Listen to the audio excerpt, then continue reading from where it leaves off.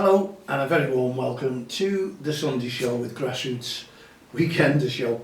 Hope everyone's had a fine time and we're hoping that this weather doesn't disrupt all the football. If it does, then unfortunately that's where we are at the moment, because obviously it's a recorded show because I'm away in Southport having a nice little break, but due back this evening.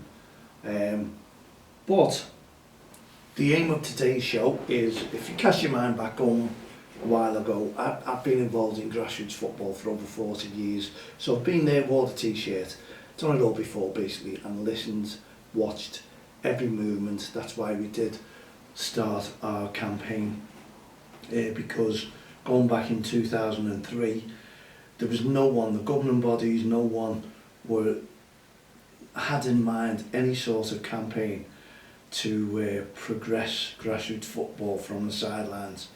Yeah, it was okay, you were throwing in the laws of the game, the rules of the game, and what you should be doing in grassroots football. And remember, if you go back and cast your mind back, if you were lucky enough to be involved on a committee, it was great. We had cards, scorecards, where you put your team name, all your subs. Yeah, okay, you could turn around and say, yeah, but you'd have to be honest with your team. It still goes on now. People still throw players in and hoping to get away with it. We all know that. We all know it still goes on. And why? I do not know why this happens. I really don't. But the scorecards were absolutely fantastic. You just give them in at the end of the game. The league secretary used to turn around, mark all the scores, just look at them and done a team check if needed to. If anyone turned around and said, yes, so-and-so was playing for them, then the following week there was a team check carried out on the sheet. And obviously if you could have been thrown out the league, you could have been deducted points, but definitely were fined. And it worked great, and that was leagues right across. I don't know about your leagues out of this city, but right across the city, that's how leagues were developed. Yet we know development is key and you need to improve situations. And then you had your score about your referee, 10, some leagues were doing it 50 out of 100, but 10 is enough. 10 is the high score, that's all you need. You don't need to be any different, you just need to go up to 10, marking your referee. Now it's all online, the whole game system. You could say, oh wow, they developed it now, it makes it a lot easier for all the teams, but I had two teams, and obviously stood down from that last season, handed one team over, Sophie does it, and my son handed another team over, went on a different banner in a league, JFA Academy, who were doing a great job by the way, and stood away from it for the simple reason I saw what was going on in grassroots football. And from all those years ago, when we run teams ourselves and put the nets up and the goals up, and it was freezing cold, the rain was getting in, it was really muddy, you were covered, you didn't get into all hours and you were frozen, and you were just hoping, this isn't the winter obviously, you were just hoping that the weather picked up. But we had all weather football. If the pitches were muddy but playable, you played. Now there's no chance of that, you know, as you know yourself, grassroots games are off week in, week out. But we continue and we see what happens, and it's made it, the whole game system made it a lot easier for leagues now, because all they do is collect in referee monies, which the referees, to be fair, they have it brilliantly, you know, someone just pays them, or you could just pay, some leagues will just, you pay the referee on the day, which is probably easier as well, and then there's no leagues paying anything, but some leagues will just collect the referees' money and pay the referees at the end of the game. So the referees have got it really good in that sense, having the, you know, if the league committee are collecting the monies and then the teams just run themselves. But some leagues will continue with the paperwork. Whether that's all changed now, I'm not too sure. And the whole game system has taken over everything, and they check players, teams, what have you, supposed to work. But I've heard it umpteen times, how many times the site has gone down and people are having problems, but loading in the teams, loading up the portal, and it's probably hard to prove unless they say it's a fault. But it's one of those things, and if you fail, some leagues, if you fail to get your scores in at a certain time, which can happen, or your information is not loaded up, then there's a fine that you pay. Yeah, okay, that could go to a charity, but also why not go to the league and help the teams in the league because of what's happening, you know, about the costs of football. So the costs in football are absolutely extreme in my honest opinion. Now, I done my DBS check yesterday and I paid £13, and it covers myself, and it should cover me with the FA as well on a DBS. If it doesn't, there's something not right, because even voluntary, all formats, it should cover your fee.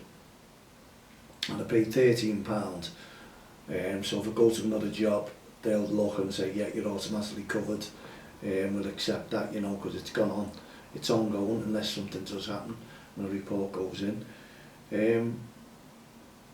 And that is just what I'm going to be paying. I might do a safeguarding course, obviously, because we have kids who'll be coming in here as well, so I want to be safeguarded, I want to be DBS checked, for the safety of the kids, and also for the mums and dads. When they come in, they know that we are monitored, we're safeguarded, and that's the way it should be all the time. Because I totally agree in doing a course on safeguarding and DBS, but what I don't agree with is the costs that come with it for volunteers. I think all volunteers should be free in every course that they go on. They put all their amount of work in there, which is unreal.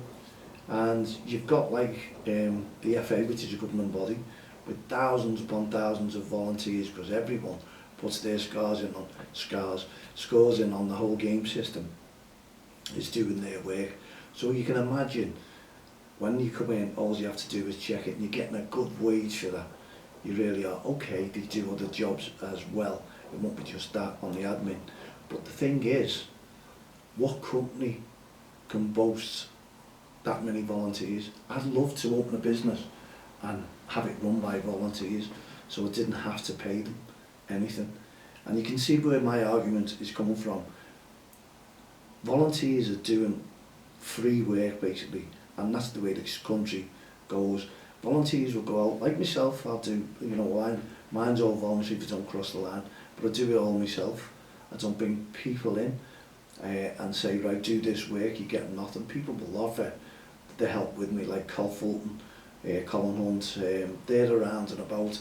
There's quite a few you can talk to you about who'll come in and just say, yeah, you can walk around me, take some notes, pass it in. But I wouldn't have them doing the amount of work that they have to, because managers and coaches out there who voluntary take the kids off the street, they're also doing voluntary work with training week in, week out. Now they've got to have the courses on level 1s as well to be part of the FA, so why not give them all free? So we're planning and trying to encourage more funding for free courses like the DBS safeguarding, and also your level 1 course in coaching, so you can go out and enjoy it and take the burden off yourself, paying from your own pocket. And this is what we're trying to do. We're trying to get people to sign our petition, and we were stuck on 431. It died a death because I went away on holiday and I had loads to catch up on, so I haven't really sat there and battered it left, right and centre. I should be doing it day in, day out, and making people aware of it, people talking about it, because the costs, as we say, in grassroots football are extreme. You've got your league fees, your pitch fees, you've got your admin costs, you've got your courses, you've got to buy kits if you haven't got a sponsor, you've got to buy footballs, you've got, you name it, the list is endless.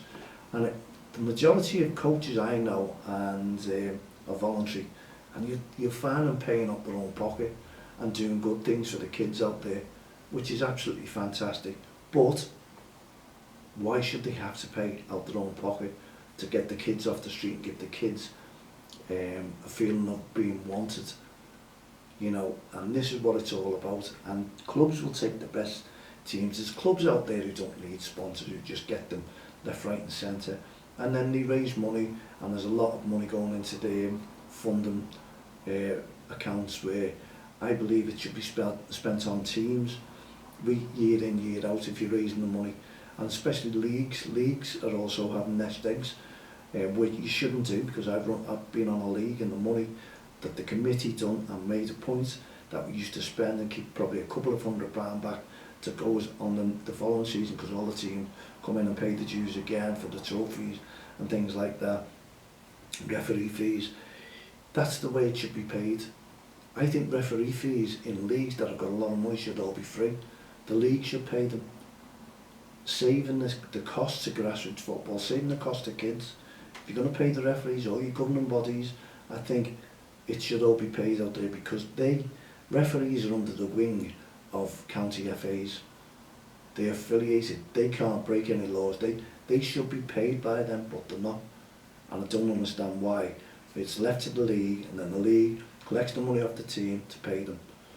Let's give something back to grassroots football, and that's what we're trying to do.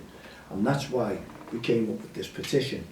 And the petition is DXTL push for lower costs and secure funding in grassroots football.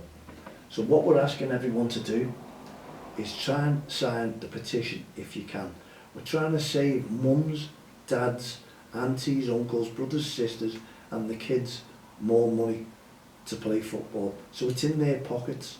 So the change.org petition that we have is trying to encourage more funding into football, and also save more money from parents paying it out week in, week out. Now when I go out with these leaflets and give them out, people will do it.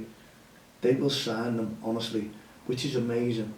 We want people to sign it to make a difference, to go out there and just put their name to it. Change.org and confirm it by email that they've done it. It's costing you nothing, it's free. Now if they ask for money, that goes to change.org, not to Don't Cross the Line, not to what we're doing. This is all free. We just want to get thousands upon thousands on our petition to show the whole country, and the whole country is voting and signing. Should I say, it's not a vote, it's a signature. Everyone is above board and signing it, knowing what we're trying to do. I've been involved in it, wore the t-shirt as I say, and I know the cost and the expenses for grassroots football, and they're extreme. They can be brought down, and especially all the hubs. Now if you look at the cafes, if you look at the hire of the pitches, they're extreme. Now under 7s, under 8s, you hire a pitch, a hub for an hour. Peak time is £51 for 1 hour for a quarter of a pitch. Off peak it's £30 odd, £35 or something like that. But the majority of teams and parents cannot get their children there off peak because they're getting them from school. So it's all rush if they have to try and do it, and the kids have spent a day in school and they love the football and know that, and they want to kick a ball around. It's not to them, but it is to the parents, the mums and dads.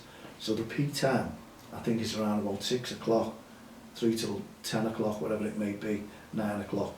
That's when the big money hits home. Now most of these hubs are charitable trusts, and I fail to see where the money is being put back into grassroots football. I really do. It's a business, and it shouldn't be a charitable trust. It really shouldn't. And we want to work with the FA. We want to work with Leisure United to run all these hubs, and it's not just here. I think they're based in Sheffield, so I should imagine they'll be running all the hubs there. Now if I believe right, I think the money that they've received has come from the funding from the likes of the FAs, your Football Foundation, which is supposed to be, the Football Foundation is charitable to give money to charities. Now we're looking at these hubs, and it is a business.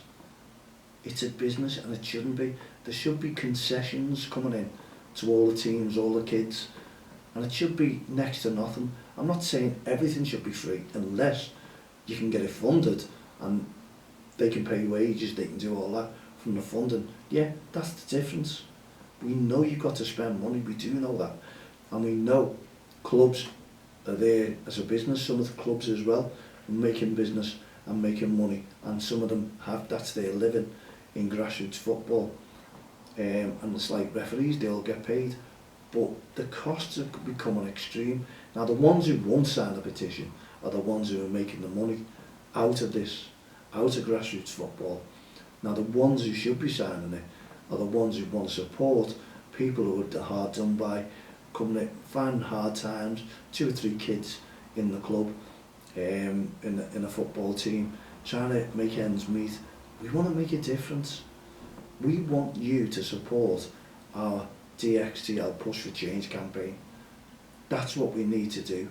We want to put more money in your pockets rather than you spending more money out.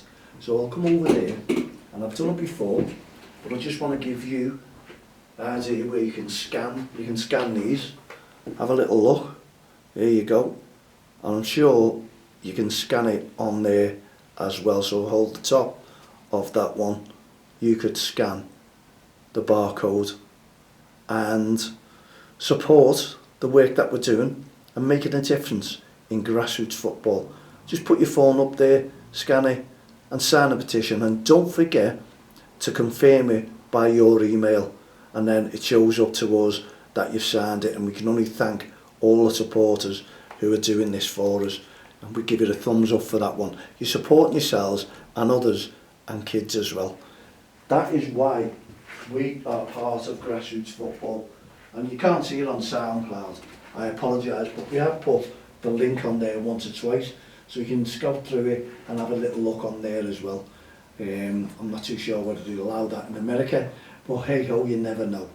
But you can understand where we're coming from and what we're trying to achieve and what we're trying to do, because I see it all the time, and I don't want to see teams folding because they have no money.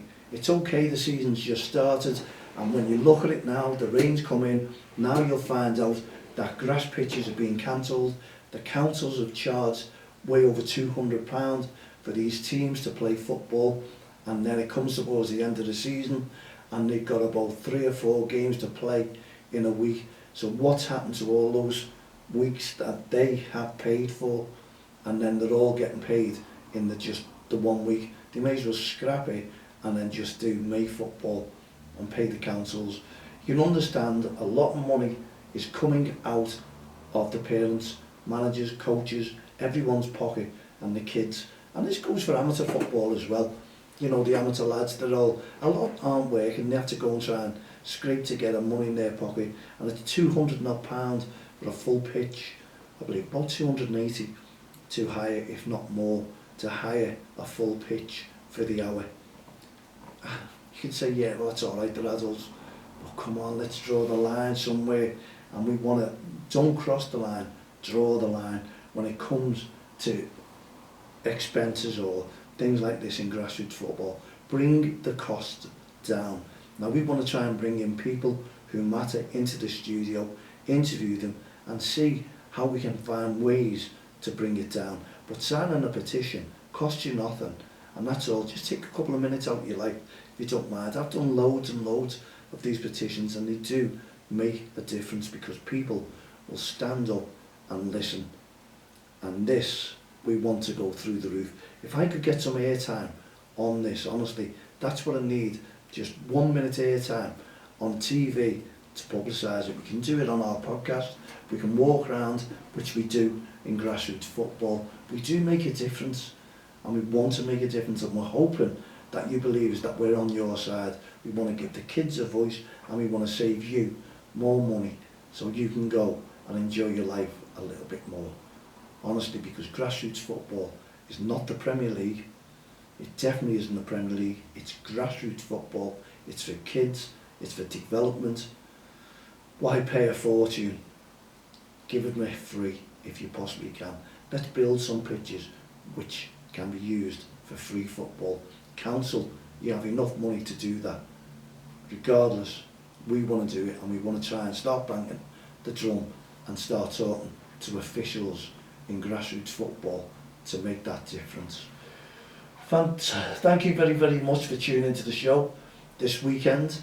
We'll be back again hopefully on Friday. We won't have young commentators obviously because we're giving them a week off because it's half term and they've got loads to do, and even if they're away. But we will be keeping you informed on the song regarding mental health with our Hearts of Gold initiatives. We'll be back again on Friday evening. From myself, Mal Lee, and all the team here at the Grassroots Show. Don't cross the line. Respect programme. Hearts of gold. No ref, no game. Don't cross the line. Respect. I think I've gone through it all. And you know the score by now. Please sign the petition, and we'll see you on Friday evening. Good night. God bless.